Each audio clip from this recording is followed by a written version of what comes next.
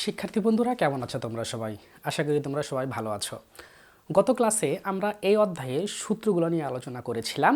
আজকে আমরা অঙ্ক নিয়ে আলোচনা করব। এখন যে অঙ্কটি সমাধান করব সেটি খুব ইম্পর্টেন্ট এবং বিপরীত বৃত্তীয় ফাংশনের হক পাবলিকেশনের বইয়ের 1 নম্বর অঙ্ক এটি।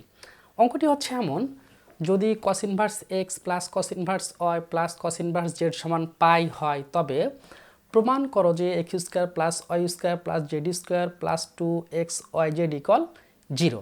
এই জায়গায় একটু লাইটিং প্রবলেম, যে কারণে হয়তো বা এখানে একটু ব্লার হয়ে গেছে জায়গাটুকু, তোমরা একটু বুঝে নিও। আমাদের প্রমাণ করতে হবে যে x square plus Y square plus Z square plus 2xyz সমান 1, এটা প্রমাণ করতে হবে। তাহলে একটা বিষয় লক্ষ্য করো, যদি এটা সমান এটা হয় তার মানে এটা কি গিভেন দেওয়া আছে, এটা আমরা বলবো। এখন শুরু করলাম।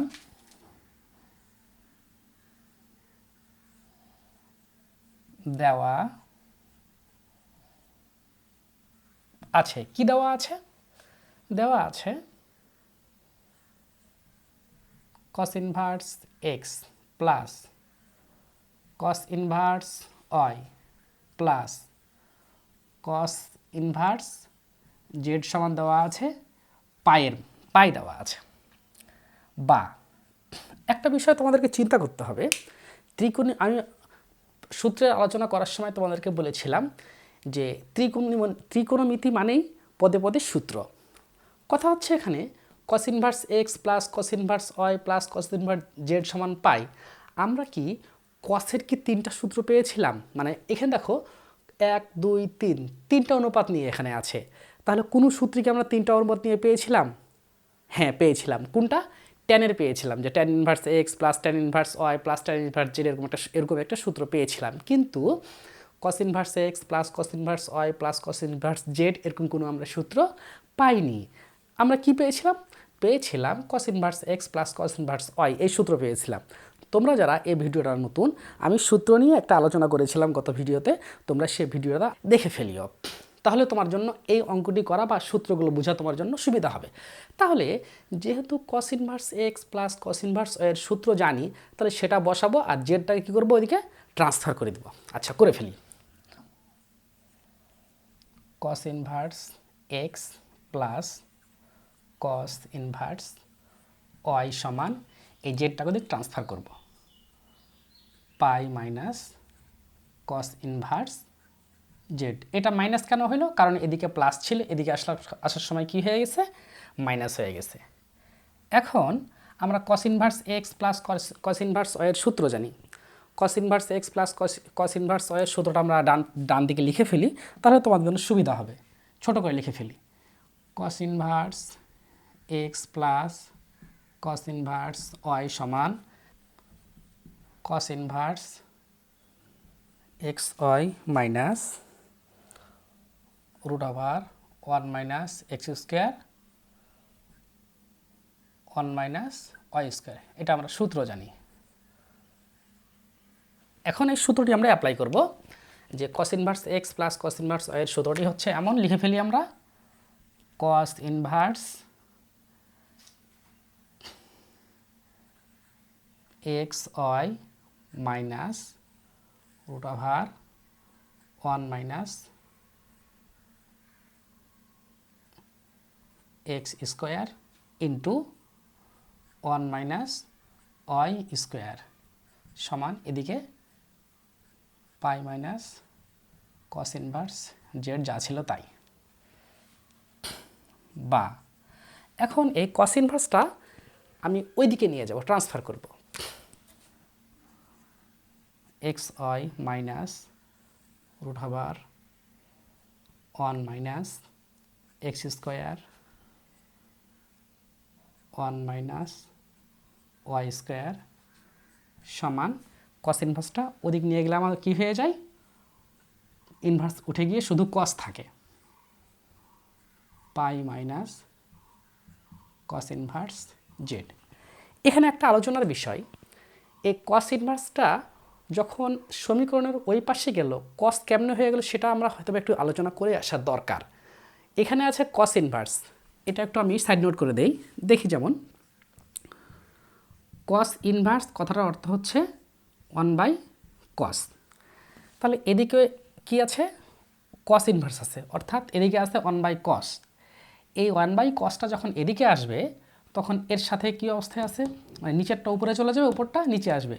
এখন নিচের cosটা যদি উপরের সাথে গুণ হয় তাহলে এর সাথে যদি গুণ হয় তাহলে উপরে চলে গেল, আর 1টা যদি নিচে আসে তো 1-এর তো কোনো দাম নেই, সে কারণে এই cos ইনভার্সটা এদিকে আসলে কি হয়ে যায়, cos হয়ে যায়।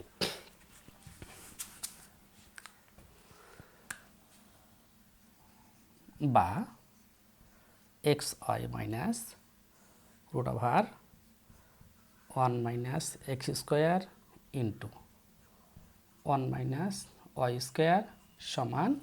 এখন দেখো তোমাদেরকে আমি চৌকোণ শিখিয়েছিলাম, এমন যদি এমন হতো cos 180 ডিগ্রি মাইনাস থিটা সমান কি লেখা যায়, এটা দেখো cos 180 ডিগ্রি মাইনাস থিটা। তোমাদেরকে আমি এরকম কিছু একটা পেলে কি প্রথমত কার কাজ করতে বলেছিলাম, এনের মানের কাজ। পাই বলতে এখানে 180 ডিগ্রি, 180 ডিগ্রিকে হলে এনের মান কত 2, কেমনে বের করব, তাকে 90 দিয়ে ভাগ দিব।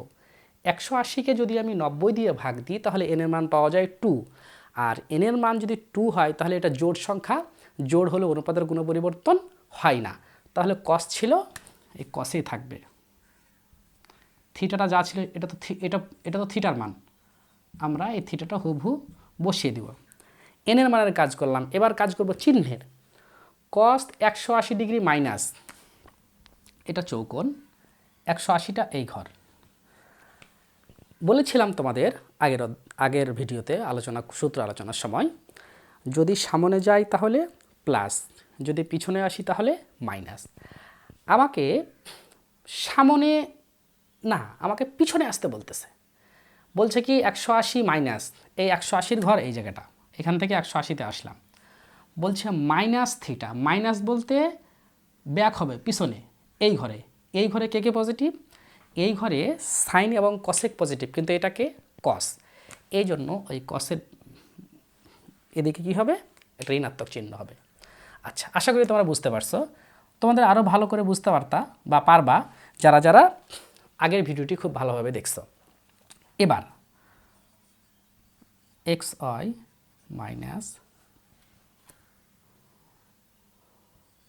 Root over 1 minus x square 1 minus Y square সমান। এখন দেখো এই মাইনাস ছিল, মাইনাস রাখলাম, cos ইনভার্স কাটাকাটি যায় না, কেমনে দেখো, এটা ছিল cos রাখলাম ইন্টু cos ইনভার্স বলতে কি 1/cos, উপরের cos নিচের cos কাটলে কি থাকে 1 থাকে, 1-এর সাথে জেড গুণ করলে ওই জেড হয়। ক্যালকুলেশনগুলো খুবই সিম্পল। এই cos ছিল, cos রাখলাম। cos ইনভার্স বলতে কি, cos ইনভার্স বলতে 1/cos, উপরের cos নিচের cos, অর্থাৎ এটা ইন্টু অবস্থায় আছে, তাহলে এই cosটা উপরের সংখ্যা, উপরের cos নিচের cos কাটাকাটি চলে যায়, কে থাকে 1, মাইনাস ছিল মাইনাস, ওই এখানে কাটাকাটি করে আমরা 1 পেয়েছি, 1-এর সাথে জেড গুণ করলে জেড হয়। বা এই অংশটুকু আমরা ওদিক নিয়ে চলে যাব, আর এটাকে এদিক নিয়ে চলে আসবো। xy মাইনাস জেড এদিকে আসলে হয় প্লাস জেড সমান, এটাকে এদিক নিয়ে যদি চলে যায় তাহলে এখানে ছিল মাইনাস, এদিকে হয়ে যাবে আসলে প্লাস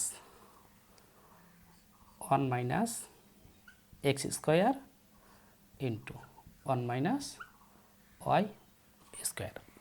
এখন চিন্তা করতে হবে তোমাকে যে এটা ছিল বর্গমূল অর্থাৎ রুট, রুটটাকে কাটবো। রুটকে যদি আমরা কাটি সাধারণত তাহলে উভয় পক্ষকে কী করতে হবে, বর্গ করতে হবে। যদি এখানে ঘনমূল থাকতো তাহলে উভয় পক্ষকে আমরা কী করতাম, ঘন করতাম। যেহেতু রুটকে কাটবো তাহলে উভয় পক্ষকে কী করে দিলাম, এখন বর্গ করে দিলাম। তোমরা সাইড নোট লিখে দিবা যে বর্গ করে পাই।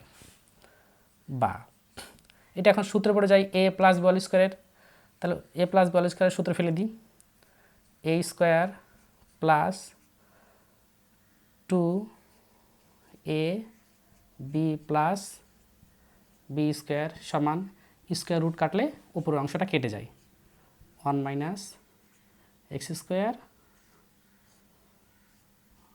1 মাইনাস ওয়াই স্কোয়ার, বা এটা যা ছিল তাই রাখি, 2x Y z plus Z square সমান, এখন এই দুইটা আমরা গুণ করব।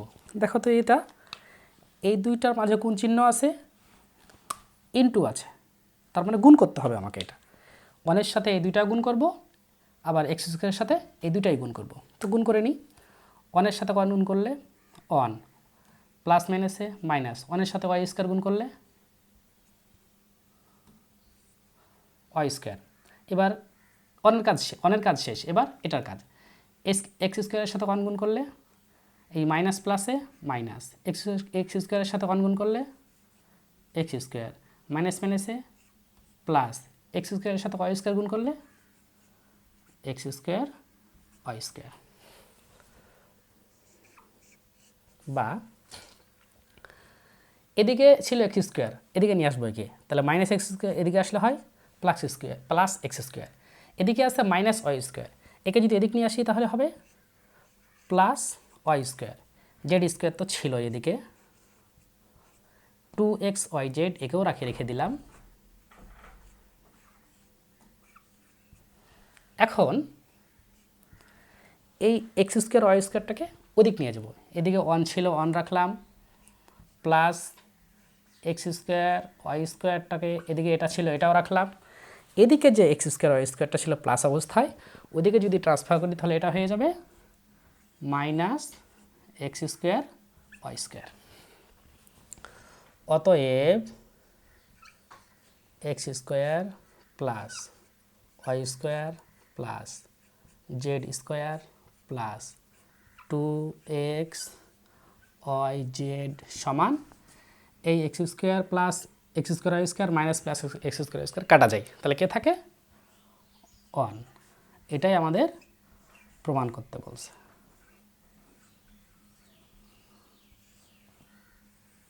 শিক্ষার্থী বন্ধুরা দেখো, অঙ্কটা কিন্তু খুবই সোজা এবং খুব সিম্পলি আমি এটি সমাধান করে দিয়েছি। আমি একবার অঙ্কটা রিভিউ করি। প্রথমে ছিল কি, অঙ্কটা দেওয়া ছিল যদি এটা সমান পাই হয় তবে প্রমাণ করো যে x square plus Y square plus 2x Y z equal 1। প্রথমে তোমরা মানটা তুলে ফেললাম। তুলে ফেলার পর চিন্তা করবা এখানে 3টা অনুপাত দেওয়া আছে, আমাদের 3টা অনুপাত দিয়ে আমরা কোনো সূত্র পাইনি, যদি পেতাম আমরা সূত্রটা অ্যাপ্লাই করে দিতাম, কিন্তু যেহেতু 2টা পাইছি তো বাকি যে অংশটা ছিল সেটা আমরা এদিকে ট্রান্সফার করে দিলাম। তো এদিকে ছিল প্লাস অবস্থায়, একে ট্রান্সফার করার কারণে এটা কি হয়ে গেল, মাইনাস হয়ে গেছে।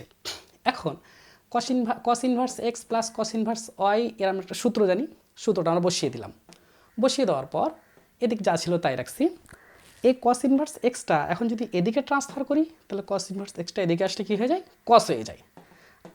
এখন এটা কস ইনভার্স এক্সটা এদিকে, কস ইনভার্সটা শুধু আমরা এদিকে ট্রান্সফার করে দিয়েছি, পরের লাইনে এটা যা ছিল তাই রাখছি। এখন এখানে চৌকোণের কাজ করছি। কেমন চৌকোণের কাজ করছি, চৌকোণ মানে কী করতে হবে, তোমাকে প্রথমে এনের কাজ করতে হবে, দ্বিতীয়ত চিহ্নর কাজ করতে হবে। এটা চিন্তা করবা, এন বলতে এখানে ডিগ্রিটা, পাই বলতে কত ডিগ্রি, 180 ডিগ্রি। এখানে পাই অবস্থায়ও থাকতে পারে অথবা 180ও থাকতে পারে, ডিগ্রি অবস্থায়ও থাকতে পারে অথবা এই পাই অবস্থাতেও থাকতে পারে, নো প্রবলেম। তাহলে এটা পাই 180 ডিগ্রি, তাহলে 180 ডিগ্রি যদি হয় তাহলে এনের মান 2। কেমনে পাবো, 180কে 90 দিয়ে ভাগ দিব, তাহলে 180কে 90 দিয়ে ভাগ দিলে পাওয়া যায় 2। 2 একটি জোড় সংখ্যা, আর এনের মান যদি জোড় সংখ্যা হয় তাহলে অনুপাতের কোনো পরিবর্তন হয় না।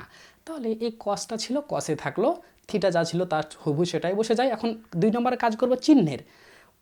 দেখি এখন যে 180 ডিগ্রি মাইনাস থিটা, তাহলে এটা 180 ডিগ্রি, মাইনাস বলতে এ ঘরে আসছে, প্লাস যদি প্লাস হইতো তাহলে এ ঘরে আসতো, যেহেতু মাইনাস বলেছে সেহেতু এ ঘরে আসবে। তাহলে এ ঘরে কে পজিটিভ, সাইন এবং কস পজিটিভ এবং অন্যান্যগুলো নেগেটিভ। তাহলে অন্যান্যর মধ্যে কসও একটা, কস নেগেটিভ, এই জন্য এখানে কোন চিহ্ন হইল, নেগেটিভ চিহ্ন হয়েছে। পরবর্তীতে এদিক যা ছিল তাই রাখলাম, এই মাইনাস ছিল মাইনাস রাখলাম, কস ইনভার্স কাটা যায়, অর্থাৎ ওপরের কস নিচের কস কাটা গেলে শুধু জেড থাকে। এখন এই এক্স ওয়াইকে রাখলাম, এদিকের মাইনাস জেডকে ওদিক নিয়ে গেলে প্লাস জেড হয়, এদিকের এই মাইনাস অবস্থাটা ছিল এটাকে এদিক নিয়ে আসলে প্লাস হয়ে যায়। এখন এই বর্গমূলকে কাটার জন্য উভয় পক্ষে কী করে দিলাম, বর্গ করে দিলাম। এবার এটা এক্স প্লাস ওয়াই অর্থাৎ এ প্লাস বি অল স্কোয়ারের সূত্র পড়ে যায়, ফেলে দিলাম। এটা আবার স্কোয়ার রুট কাটলাম, পরের লাইনে এটা যা ছিল তাই রাখছি।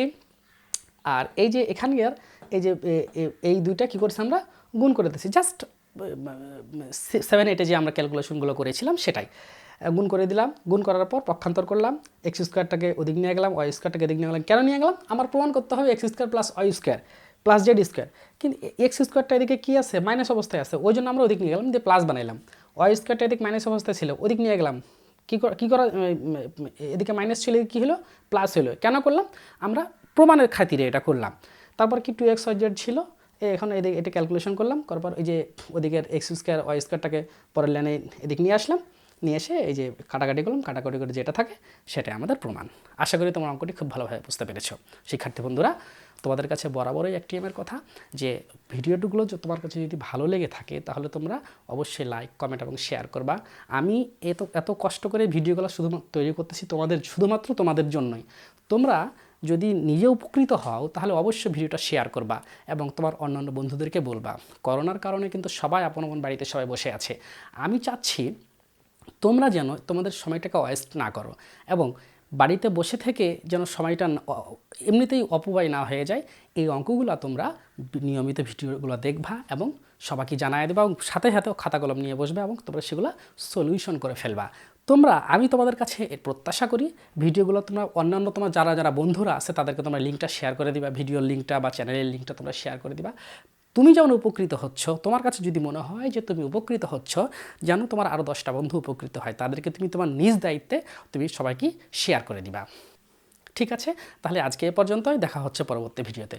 খোদা হাফেজ।